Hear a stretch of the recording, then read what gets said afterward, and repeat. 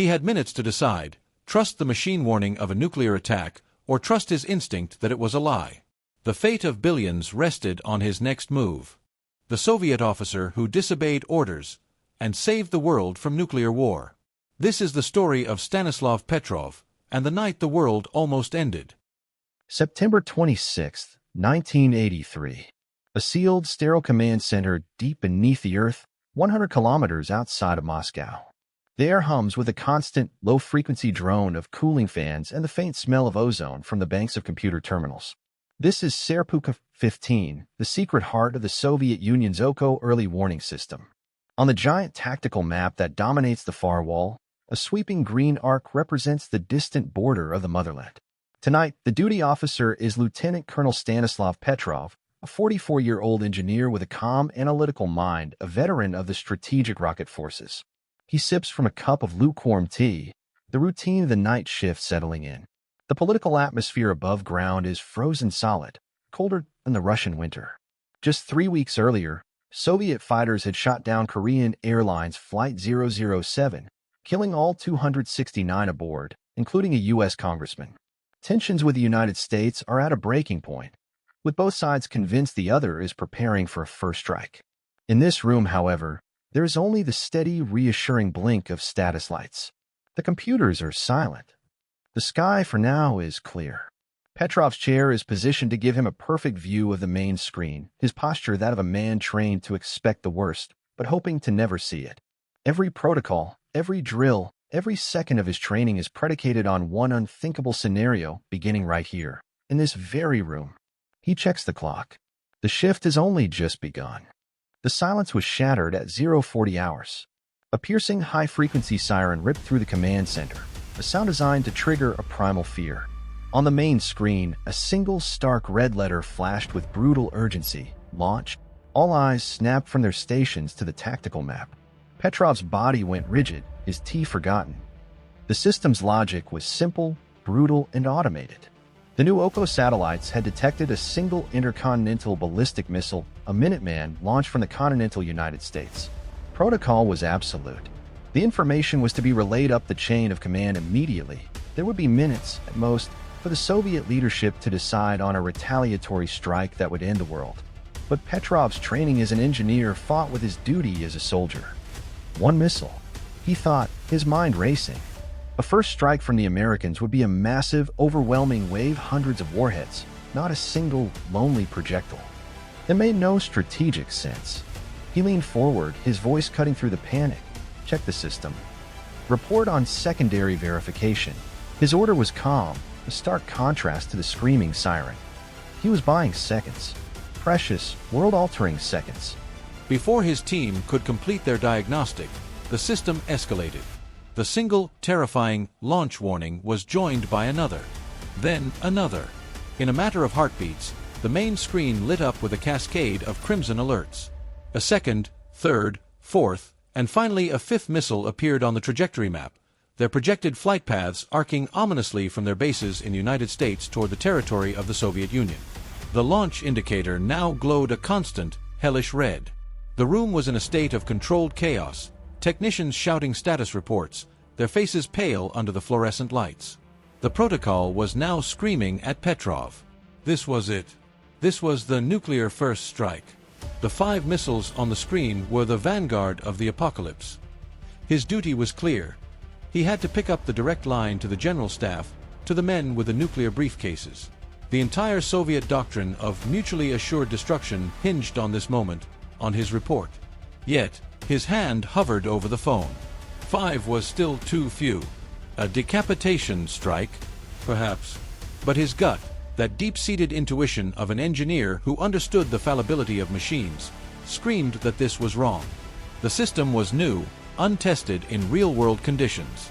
"Sit rep," he barked, his voice the only anchor in the storm. "I want a full systems diagnostic, now. Is this a live feed or a simulation?"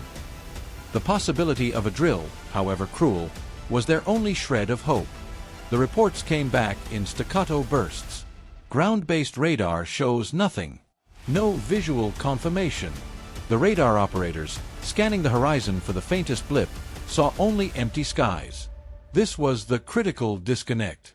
The satellite screamed of an attack, but the powerful ground-based early warning radars, which would have detected the missiles within minutes of launch, were silent. The system's own internal checks were returning conflicting data. Petrov stood at the epicenter of this storm of information, the weight of millions of lives pressing down on him. The sirens wailed on. The red lights pulsed. Every second he delayed was a second stolen from his own country's ability to retaliate. He pictured the chain reaction, his call to the high command, the frantic alert to Andropov, the immediate launch of Soviet ICBMs from their silos. There would be no recall. There would be no oops. He made his choice. It was not a choice of courage, but one of cold, terrifying logic.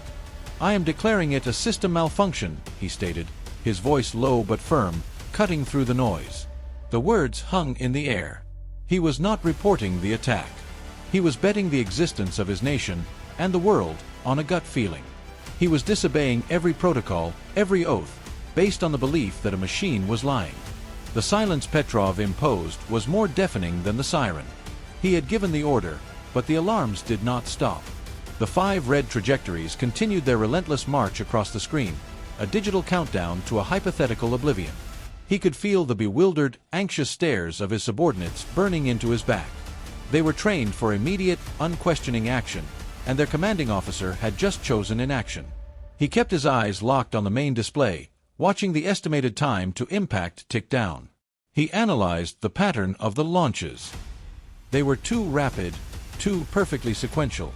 A real attack, he reasoned, would involve launches from multiple fields in a much tighter, more chaotic window. This had the feel of a computer repeating a flawed command. His mind raced through the possibilities, a rare alignment of the sun over high-altitude clouds, fooling the satellite's infrared sensors? A software glitch, a ghost in the machine born from the system's own complexity? He offered a quiet, steady stream of reassurance to his team. "Stay at your posts. Monitor all channels. The ground radar sees nothing. This is a false positive."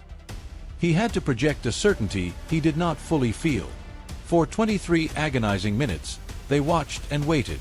The missiles on the screen should have been streaking through the atmosphere by now. They should have been visible to radar. But the ground stations remained silent. The world outside, unknowing, slept on. Then, as abruptly as it began, the nightmare ended. The piercing siren cut out. The relentless flashing red launch designators on the main tactical map vanished, leaving only the familiar, peaceful green arc of the Soviet border. The silence that flooded the command center was physical, a heavy blanket of stunned relief. There were no cheers, no celebrations. Only the slow, deliberate exhalation of breaths no one realized they were holding. The technicians looked at Petrov, their expressions a mixture of awe and residual terror. He had been right. It was a malfunction. A flaw in the new satellite software, later investigation would reveal, had caused it to misinterpret sunlight reflecting off high-altitude clouds as the exhaust plumes of launching missiles.